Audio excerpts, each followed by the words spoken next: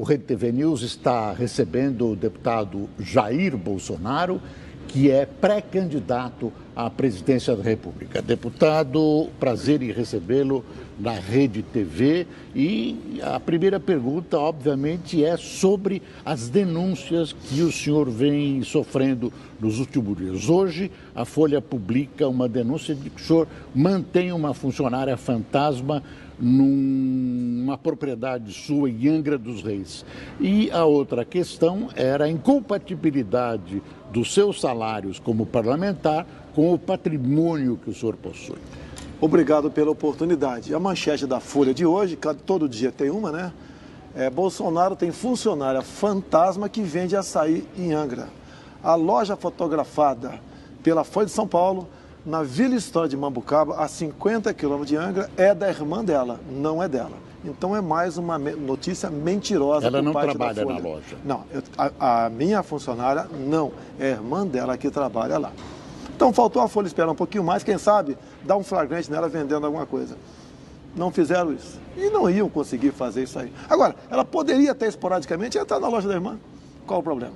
Okay? Agora, uma denúncia mentirosa, até porque, por coincidência, nesse dia eu estava vindo para cá, passei na Vila História de Mambucaba e atendi a Folha por 1h20 mais ou menos. Em nenhum momento eles perguntaram se a Valderice era dona daquela lojinha de açaí e vendia açaí. Tentaram o tempo todo dizer que ela era uma caseira minha. Outra mentira.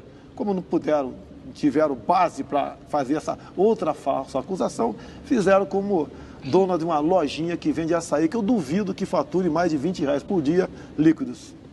E a questão patrimonial? E a questão patrimonial? Olha só, eu sofro, logicamente, denúncias e sou investigado o tempo todo, até pela minha situação de pré-candidato bem posicionado.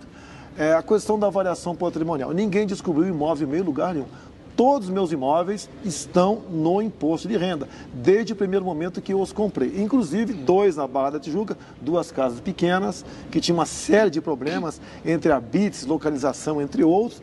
E fui denunciado há 2 anos e pouco, o MP investigou e o senhor Rodrigo Janot escreveu que aquelas 2 propriedades que eu comprei naquela época, à vista, eram compatíveis com o valor de mercado e nenhuma suspeição de lavagem de dinheiro foi encontrada naquela transação, assina Rodrigo Janot. Agora a Folha não pode querer agora assumir o papel do Ministério Público também. Aí não teve um contrato passado por baixo do valor, como muita gente costuma fazer no Brasil? Isso é quase uma regra no Brasil, tá? É quase uma regra. Inclusive, Boris, você tem que mudar na lei essa questão. Você compra um imóvel há 30 anos. Quando vende agora, aquela diferença, você paga aproximadamente 10% a título de ganho de capital. Você tem que atualizar o valor de imóvel de acordo com a inflação do mês anterior. Então o senhor fez isso? Não estou falando que fez isso daí. Estou falando que quase uma regra, você tem razão, é quase uma regra no Brasil isso daí.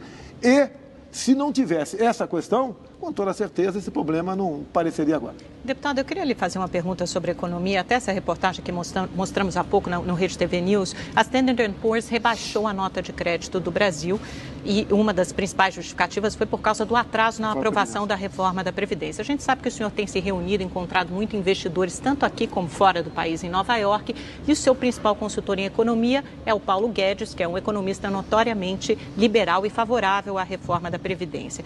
Minha pergunta é a seguinte: diante desse quadro e tendo em mente que o próximo presidente que assumir a partir de 2019 terá que continuar com o ajuste fiscal e isso passa necessariamente por uma reforma da Previdência robusta, ainda assim o senhor vai votar contra a reforma da Previdência na votação marcada para o dia 19 de fevereiro no Congresso? Eu tive 3 reuniões com a área que aplica recursos no mundo, né? Nos Estados Unidos, bem como com a Câmara do Comércio do Brasil e Estados Unidos. E algumas reuniões aqui no Brasil. Para todos eu falei o seguinte: a reforma possível é essa, e expus para eles. Essa proposta por Meirelles não será aprovada, ainda será dada munição para o PT crescer por ocasião das eleições. Nessa reforma que está aí, da forma que está sendo proposta, não votarei favorável. Mas ela já foi bastante amenizada em relação ao texto original, né? Propõe regras bem menos rigorosas. Ainda assim, o senhor acha que não será possível? O senhor vai votar contra a reforma da Previdência? Olha só, eu pergunto... Porque o senhor tenta convencer o mercado sobre o seu liberalismo, né? Mas eu não posso simplesmente levar a miséria os aposentados no futuro, ou então praticamente impedidos de aposentar por uma exigência do mercado financeiro. O mercado financeiro é importante, você tem que respeitá-lo, mas a população que se aposenta aqui também. A minha proposta lá era para nós acabarmos com o privilégio, tinha proposta tocante a esse, evitarmos as incorporações que surgem aqui, os marajás no Brasil, bem como você aumentar um ano agora.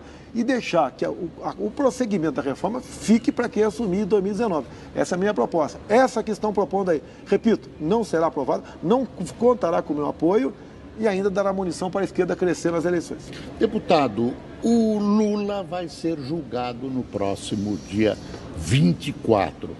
O senhor gostaria que ele fosse condenado? Na sua visão, claro, o senhor se informa do que está acontecendo, ele será condenado e é bom para o senhor que ele seja? Olha, tudo que eu fiz há pouco tempo, né, era fazer gestões na minha alçada para que ele fosse julgado. Eu não posso assumir, como parlamentar, a posição do judiciário. Como cidadão, né, eu estou torcendo para que ele seja condenado, não por mim, tá, mas pelos crimes que ele cometeu, no meu entendimento. Tá? Agora, no tocante à minha pessoa, se ele for condenado, fica melhor para mim. Eu acho que tem que acontecer o seguinte, é que o julgamento nasça algo melhor para o Brasil. Eu não estou preocupado, caso seja mantida a minha pré-candidatura, quem vou encontrar no primeiro ou possivelmente no segundo turno. É porque muda totalmente o cenário, né? Se ele for condenado, o senhor passa a dianteira nas pesquisas, as pesquisas já indicam isso, o senhor teria 22% dos votos, e há uma confusão muito grande entre os candidatos de centro. Geraldo Alckmin continua com 9%, cerca de 9%, segundo pesquisa da Datafolha, e há aí outros pretendentes, como Rodrigo Maia, presidente da Câmara, o ministro da Fazenda, Henrique Meirelles. O que o senhor acha desses seus possíveis adversários de centro? Olha, todos eles são iguais. A palavra direita, até pouco tempo, era um palavrão. Só eu assumi essa posição. Quando comecei a crescer, parte da mídia, né, rotulou o PSDB de direita e eu de extrema direita, tentando me desqualificar. Não estou preocupado com isso. Esses candidatos que estão aí, esses pré-candidatos, são todos muito parecidos. E eu sou diferente deles. E cada dia que passa, a população entende que eu tenho uma melhor proposta para o Brasil e eu sou realmente, repito, diferente deles. Se você for falar, por exemplo, questão de armamento, ideologia de gênero, comércio com o mundo todo sem o viés ideológico. Mas que proposta o senhor tem? Nenhum candidato até hoje apresentou uma proposta concreta. O senhor pode ter algumas, digamos, vagas ideias. Não, olha só, ninguém pode apresentar uma proposta agora. Plano de governo, você é obrigado a tê-lo por ocasião do registro da sua candidatura, que ocorrerá ali em agosto. Tá? No momento nós temos propostas, ideias, debatemos. Até muita gente que não é candidato a cargo executivo nenhum, discute essas questões. Cite 2 ou 3 propostas, rapidamente. A questão da violência, tá? Como você vai enfrentar a violência. Nenhum pré-candidato falou como enfrentar isso aí. Um falou que vai criar o Ministério da Segurança. É uma piada isso daí. Quando você não quer resolver uma coisa no governo, você cria um ministério ou cria uma comissão. A nossa proposta é desconstruindo o que foi feito ao longo dos últimos 20 anos. Você botar um fim na audiência de custódia, que o nosso policial, ele se sente humilhado, ultrajado. Ele prende um bandido que trocou tiro com ele, no dia seguinte o juiz, em audiência de custódia, quase certo, o liberta. Como pegou há pouco tempo, 2 jovens, né, que eu não sou obrigado, não posso falar que são bandidos, não são processados, com 10 quilos de cocaína indo para o exterior. No dia seguinte, a audiência de custódia soltou. Você não pode ter pena de encarcerado, ninguém quer que ele sofra lá. Tem que acabar com os saidões, progressão de pena.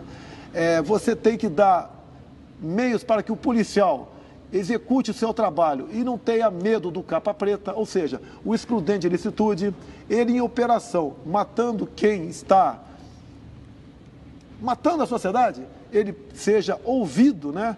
E não seja punido por causa disso. Eu não quero dar carta branca para o policial matar, eu quero dar carta branca para ele poder se defender, para ele poder não morrer. E para nós também, Boris, você não pode dizer que você tem direito à legítima defesa. Olha o caso Ana Hickman.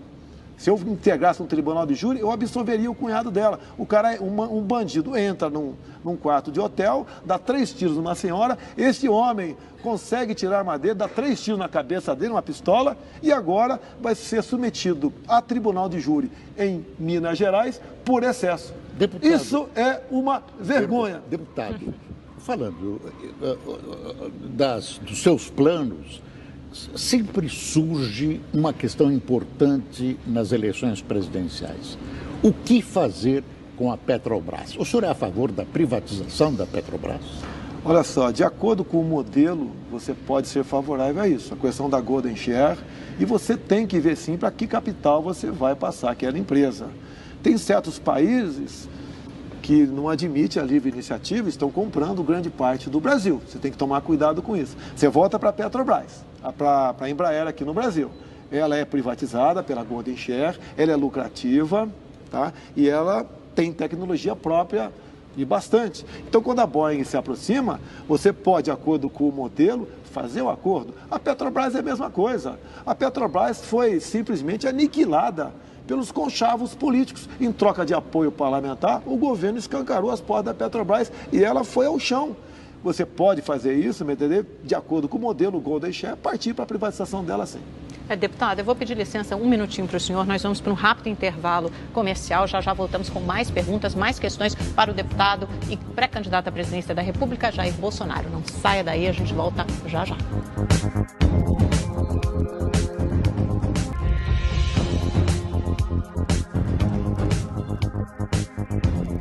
Estamos de volta na nossa entrevista exclusiva com o pré-candidato à presidência da República e deputado Jair Bolsonaro. Deputado, eu havia lhe perguntado antes, no primeiro bloco, sobre os seus adversários. O senhor disse que eram todos iguais, né? Os adversários de centro. Eu queria lhe perguntar especificamente sobre cada um deles. O que o senhor acha das pretensões eleitorais, começando pelo Henrique Meirelles?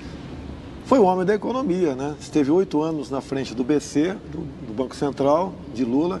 Depois esteve junto à JBS Friboi. E agora está no ministro da Fazenda de Temer.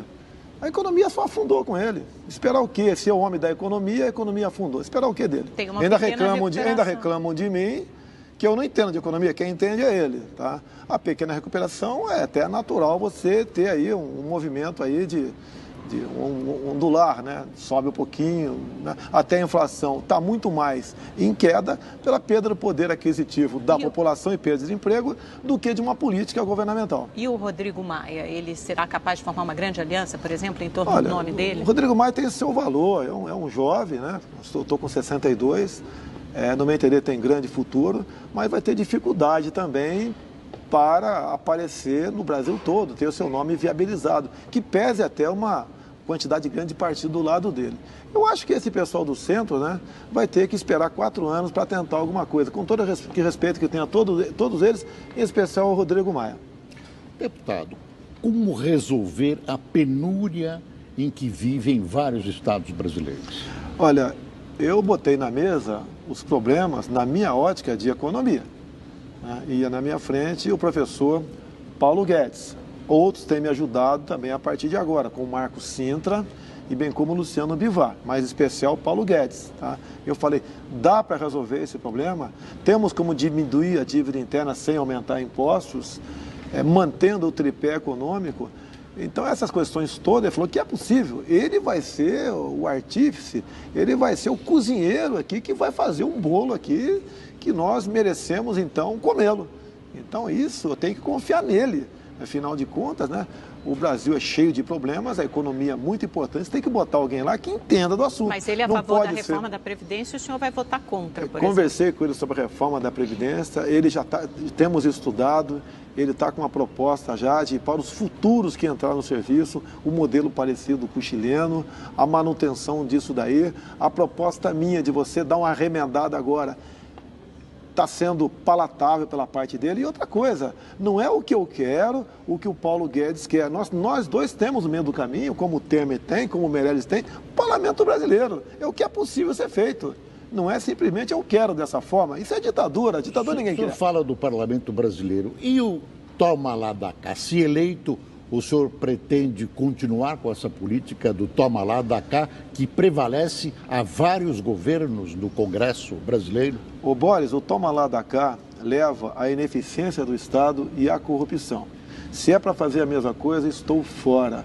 Tenho me reunido com vários parlamentares, entre eles o Francisquini, o Onyx Lorenzoni, o meu filho que é um garoto ainda, entre outros, né, parlamentares, discutindo exatamente isso. Como nós podemos, tá, caso chegue, governar sem o toma lá da cá. Estamos com boas propostas, acreditamos que nós podemos atingir esse objetivo. Deputado, outro desafio que talvez venha antes disso é que o senhor se filiar ao PSL só vai ter 10 segundos na propaganda eleitoral e os seus adversários acham que a sua campanha vai vai passar a minguar a partir daí. E o senhor também não tem o apoio político, vereadores, deputados, governadores nos estados também. É um partido com pouca capilaridade política. Só pelas redes sociais, as redes sociais não têm um teto num país desigual e com muitos rincões como o Brasil? No tempo do Enéas Carneiro, não tinha as mídias sociais, né? Com 15 segundos ele foi muito longe, ok?